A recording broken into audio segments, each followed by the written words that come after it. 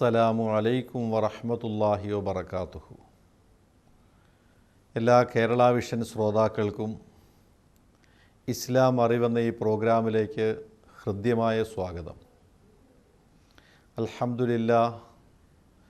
അൽഹംദുലില്ലാഹി റബ്ബിൽ ആലമീൻ. അല്ലാഹുമ്മ സ്വല്ലി വസല്ലിം അലാ സയ്യിദിന വ മൗലാന മുഹമ്മദിൻ അഷ്റഫിൽ മഖ്ലൂഖീൻ വഅലാ ആലിഹി വസുഹാബിഹി അജ്മഈൻ. അമ്മാ ബഅദ്. എല്ലാ പ്രകീർത്തനങ്ങളും ഈ മഹാപ്രപഞ്ചത്തിൻ്റെ സംരക്ഷകനായ അള്ളാഹുവിന് മാത്രമാകുന്നു.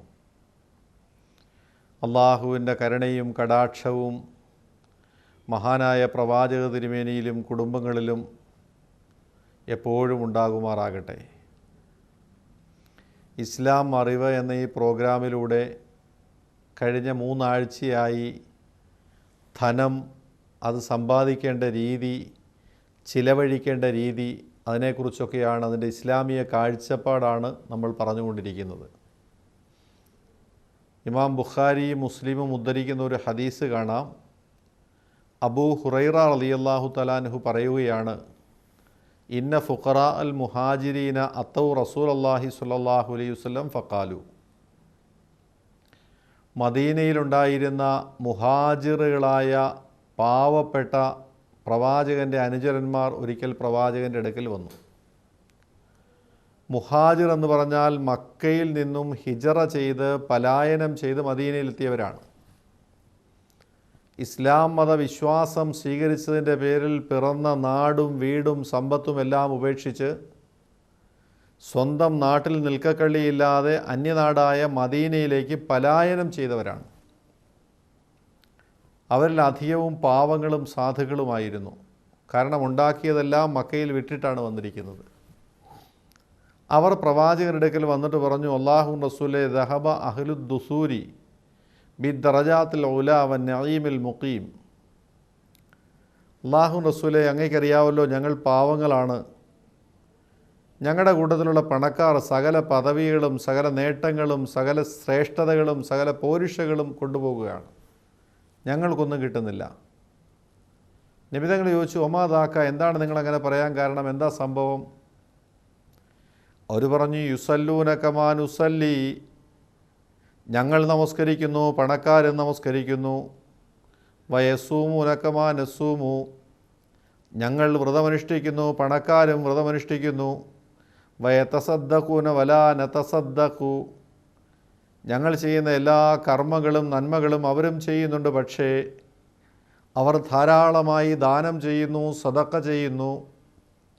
ഞങ്ങൾക്ക് സദഖ ചെയ്യാൻ പണമില്ല. വയഗ്തിഖൂന വലാ നഗ്തിഖു, അവർ പണം കൊടുത്ത് അടിമകളെ വിലയ്ക്ക് വാങ്ങി മോചിപ്പിക്കുന്നു. അടിമത്ത വിമോചനം അള്ളാഹുവിനടുക്കൽ ഏറ്റവും വലിയ പദവി കിട്ടുന്ന കാര്യമാണ്. ഞങ്ങൾക്ക് അടിമകളെ വിലയ്ക്ക് വാങ്ങി മോചിപ്പിക്കുവാനുള്ള പണമില്ല, ഞങ്ങൾ കഷ്ടപ്പെടുന്നു. പണക്കാർക്ക് കിട്ടുന്ന ഈ ആനുകൂല്യം, അള്ളാഹുവിനടുക്കലുള്ള ഈ ശ്രേഷ്ഠത, ഈ പ്രതിഫലം ഞങ്ങൾക്ക് കിട്ടുന്നില്ല, ഞങ്ങൾ എന്ത് ചെയ്യും? അല്ലാഹു റസൂൽ പറഞ്ഞു, അഫലാ ഉഅല്ലിമുക്കും ഷൈആ, ഞാൻ നിങ്ങൾക്കൊരു കാര്യം പഠിപ്പിച്ചു തരട്ടെയോ? തുദ്രികൂന ബിഹിമൻ സബഖക്കും വ തസ്ബിഖൂന ബിഹിമൻ ബഅദക്കും, ആ കാര്യം നിങ്ങൾ അനുഷ്ഠിക്കുകയാണെങ്കിൽ നിങ്ങളുടെ കൂടെയുള്ളവരെക്കാൾ നിങ്ങൾ ഒരുപാട് മുന്നിലെത്തും. നിങ്ങളുടെ പിന്നാലെ വരുന്നവർക്കൊരിക്കലും നിങ്ങളുടെ അടുക്കൽ പദവിയിലെത്താൻ കഴിയില്ല. അങ്ങനെ പദവി കിട്ടുന്ന, പ്രതിഫലം കിട്ടുന്ന, ശ്രേഷ്ഠത കിട്ടുന്ന ഒരു വലിയ കാര്യം പഠിപ്പിച്ചു തരട്ടെയോ? അവർ പറഞ്ഞു, അല്ലാഹു റസൂലെ, പഠിപ്പിച്ചു തന്നാലും. വലാ യകൂനു അഹദുൻ അഫ്ളല മിൻകും ഇല്ലാ മൻ സനാ മിസ്ലമാ സനാഅതും, നിങ്ങളാ കാര്യം ചെയ്യുകയാണെങ്കിൽ ഒരാൾക്കും നിങ്ങളെക്കാൾ ശ്രേഷ്ഠത കിട്ടില്ല. അതുപോലെ ചെയ്യുന്നവരൊഴികെ, ആ കാര്യം ചെയ്യുന്നവർക്കല്ലാതെ മറ്റാർക്കും നിങ്ങളുടെ അടുത്ത് പോലും എത്താൻ കഴിയാത്ത പദവി അല്ലാഹു നൽകും. അവർ പറഞ്ഞു, പ്രവാചകരെ പറഞ്ഞു തന്നാലും. ബലാ യാ റസൂലല്ലാഹ്.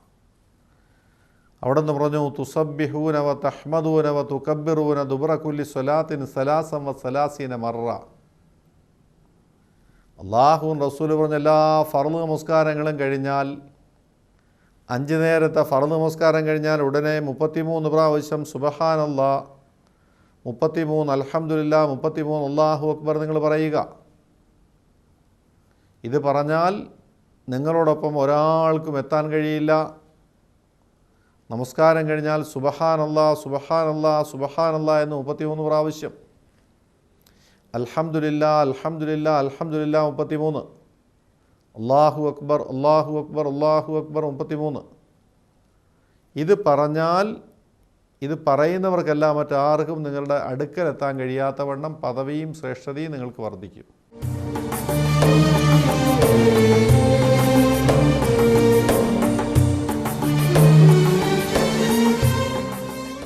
ഫറജാ ഫുഖറാ ഉൽ മുഹാജിരീന ഇലാ റസൂലില്ലാഹി സ്വല്ലല്ലാഹു അലൈഹി വസല്ലം.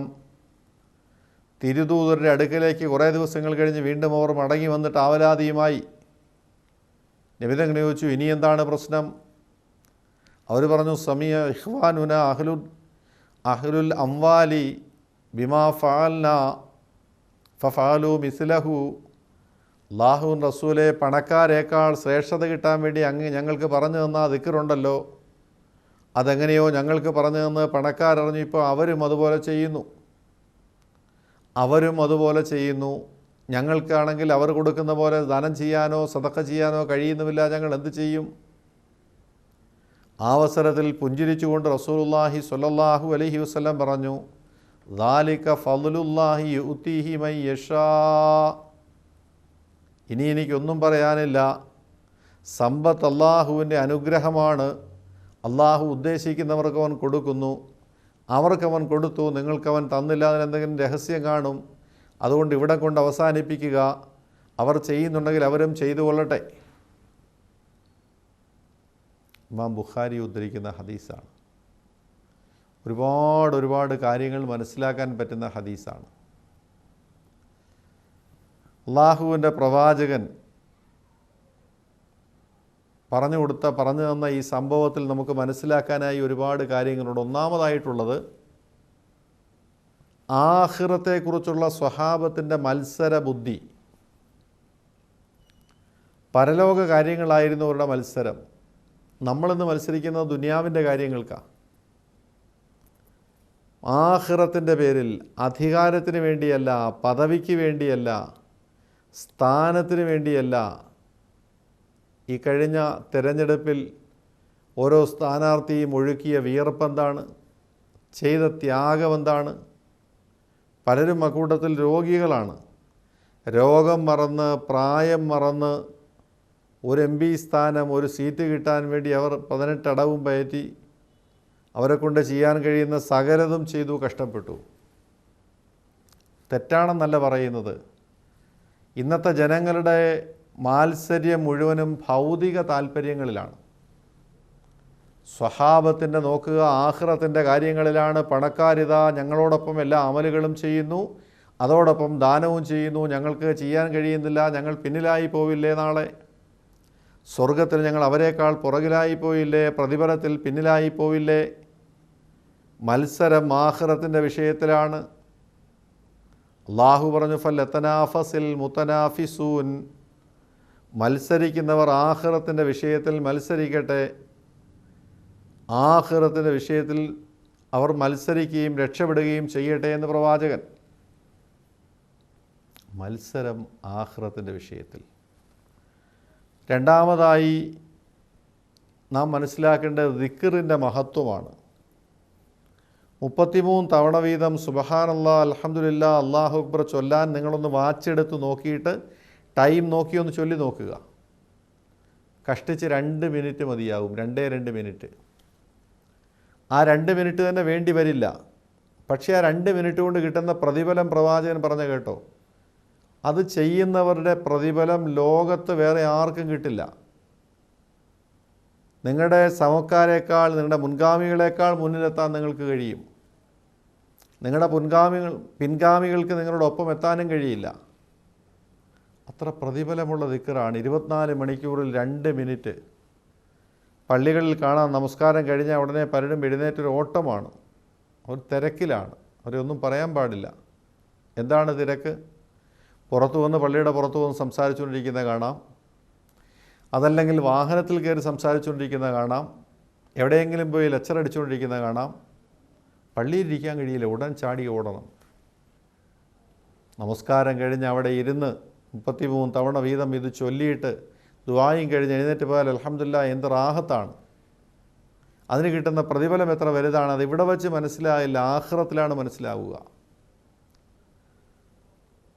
മൻ ദക്കറ റബ്ബഹു ഫറ മിൻഹു അദുവു ഒമൻ ഒഫലാൻ റബ്ബിഹി തഖറബ ഇലൈഹി അദുവുഹു ബിത്തുഗ്യാൻ.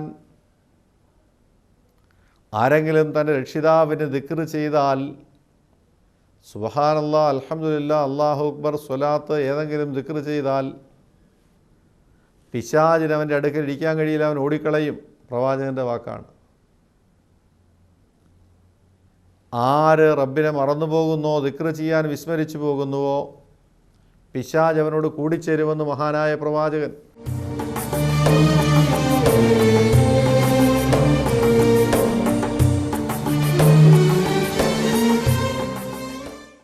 മൻ ദക്കറനി ഫീ നഫ്സി ദക്കർതുഹു ഫീ നഫ്സി ഒമൻ ദക്കറനി ഫീ മലഇൻ ദക്കർതുഹു ഫീ മലഇൻ ഖൈരിൻ മിൻഹു വഹുവ മലഉ മലായികത്തിർ റഹ്മാൻ.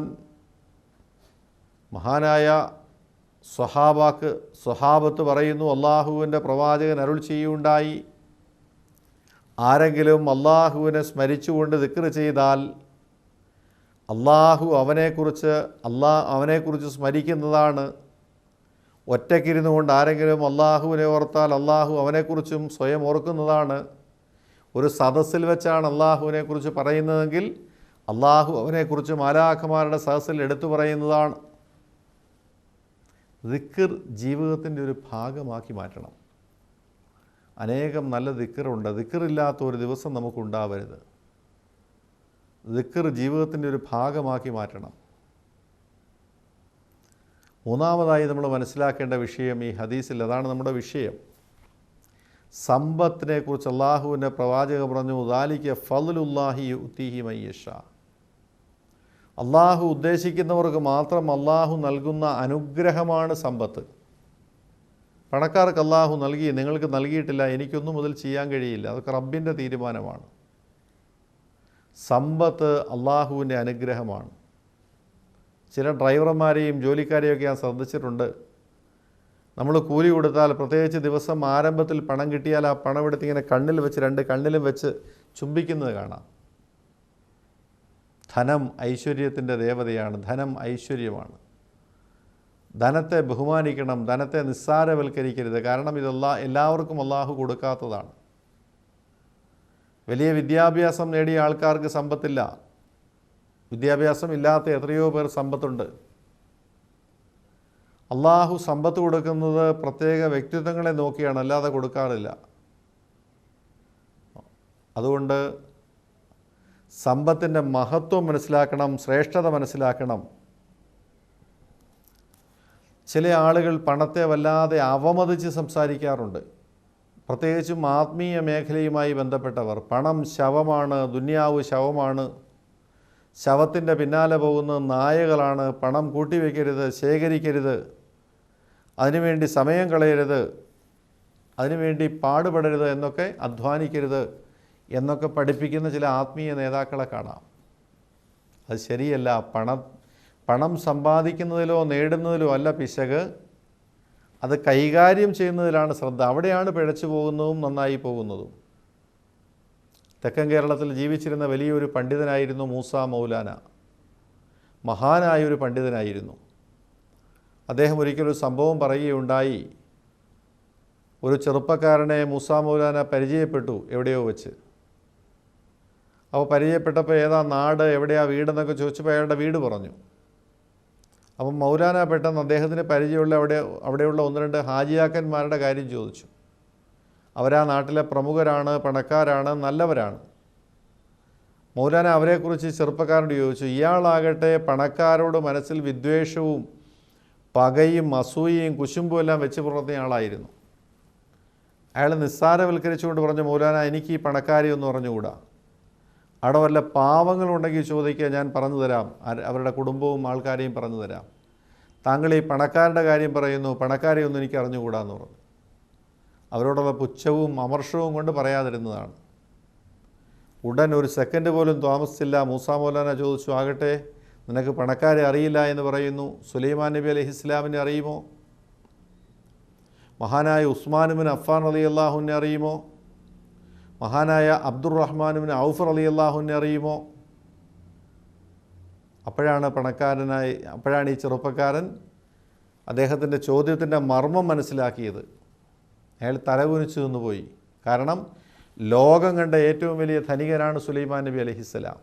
മദീനയിലെ മുസ്ലിങ്ങൾക്കൊരിക്കലും മറക്കാനാവാത്ത വ്യക്തിയാണ് ഉസ്മാൻ. അള്ളാഹു കൊടുത്ത സമ്പത്ത് കൊണ്ട് ഒരുപാട് സേവനങ്ങൾ ചെയ്ത വ്യക്തിയാണ്. ആ ഉസ്മാനെ അറിയാത്ത ഒരു മുസൽമാന് ഇസ്ലാമുമായിട്ട് എന്ത് ബന്ധം? മദീനയിലെ ഏറ്റവും വലിയ വ്യാപാരിയായിരുന്നു അബ്ദുറഹ്മാൻ ബിൻ ഔഫ്. അദ്ദേഹത്തെക്കുറിച്ച് പറയപ്പെടുന്നത് അദ്ദേഹത്തിൻ്റെ കച്ചവട സാധനങ്ങളുമായി ആദ്യത്തെ ഒട്ടകം മദീനയിലെത്തുമ്പോൾ അവസാനത്തെ ഒട്ടകം ഈജിപ്തിൽ കെയ്റോയിലായിരിക്കും. ഒന്നാലോചിച്ച് നോക്കുക, അത്ര വലിയ ഒരു സമ്പത്തിൻ്റെ ഉടമസ്ഥനായിരുന്നു അബ്ദുറഹ്മാൻ ഇബ്നു ഔഫ് റളിയല്ലാഹു തആല അൻഹു. മഹാനായ പ്രവാചകൻ ജീവിതത്തിൽ 2 പേരുടെ പിന്നിലേ നമസ്കരിച്ചിട്ടുള്ളൂ. ഒന്ന് അബൂബക്കർ സിദ്ദീഖ്, 2 അബ്ദുറഹ്മാൻ ഇബ്നു ഔഫ്.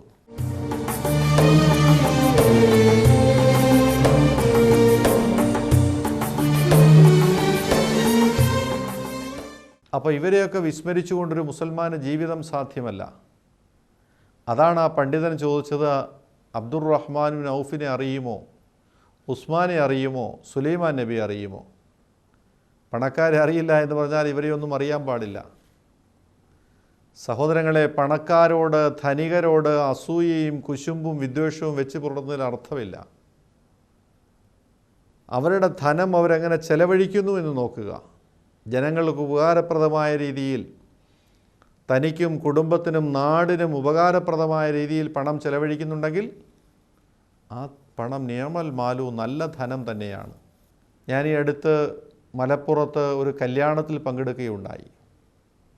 കല്യാണത്തിന് ഇഷ്ടംപോലെ വിഭവങ്ങൾ, മേശ നിറച്ച വിഭവങ്ങൾ, മട്ടൻ ബിരിയാണി, ചിക്കൻ ബിരിയാണി, അതുപോലെ തന്നെ നെയ്മീൻ ബിരിയാണി, അതിന് പുറമെ കൊഞ്ച് ഫ്രൈ, ഒരുപാട് വിഭവങ്ങൾ. ഇതിനൊക്കെ പുറമെ എല്ലാ മേശയിലും ഒരു വലിയ മത്സ്യത്തെ സ്റ്റഫ് ചെയ്ത് വെച്ചിരിക്കുന്നു. ഈ ഇറച്ചിയും ബിരിയാണിയും എല്ലാം ഉള്ളതിനിടയിൽ ആരും അത് തിരിഞ്ഞു പോലും നോക്കിയില്ല. ഞാൻ വളരെ ശ്രദ്ധിച്ചു. ആ വലിയ മത്സ്യം ഒന്നാമത് അതേപടി വെച്ചിരിക്കുന്നതുകൊണ്ട് എടുക്കാൻ നമ്മുടെ മലയാളികൾക്ക് മടിയാണ്. അറബികളൊക്കെ ആണെങ്കിൽ അതിന് പറിച്ചു തിന്നും. അവരാടിനെ അതേപടി കൊണ്ടുവയ്ക്കുന്നവരാണ്, മത്സ്യത്തെ സ്റ്റഫ് ചെയ്ത് വയ്ക്കുന്നവരാണ്. ഒരു വിവാഹം നടക്കാൻ വേണ്ടി ഇന്ന് മിക്ക വിവാഹങ്ങളും ആഡംബര കല്യാണങ്ങളാണ്, ഉത്സവങ്ങളാണ് നടത്തുക. ഇതൊക്കെ ധൂർത്തിൽപ്പെടും.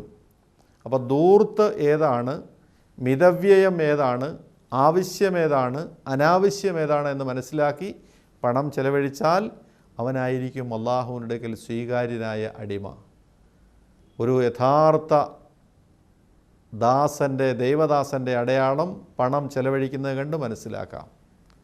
അള്ളാഹു ഹലാലായ സമ്പാദ്യം നമ്മെയും അനുഗ്രഹിക്കുമാറാകട്ടെ. അത് അള്ളാഹു പറഞ്ഞതുപോലെ പ്രവാചകൻ നിർദ്ദേശിച്ച പോലെ ചിലവാക്കാനും അള്ളാഹു നമുക്ക് തൗഫീക്ക് നൽകുമാറാകട്ടെ.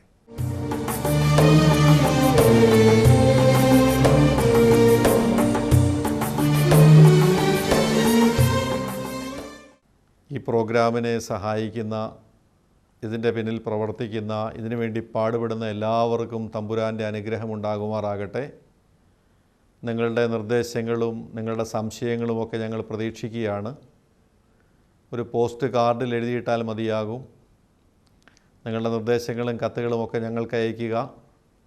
കത്തുകൾ അയക്കേണ്ട വിലാസം: ദ പ്രൊഡ്യൂസർ, ഇസ്ലാം അറിവ്, കേരള വിഷൻ, ഗിരിനഗർ, കടവന്ത്ര, കൊച്ചിൻ 20.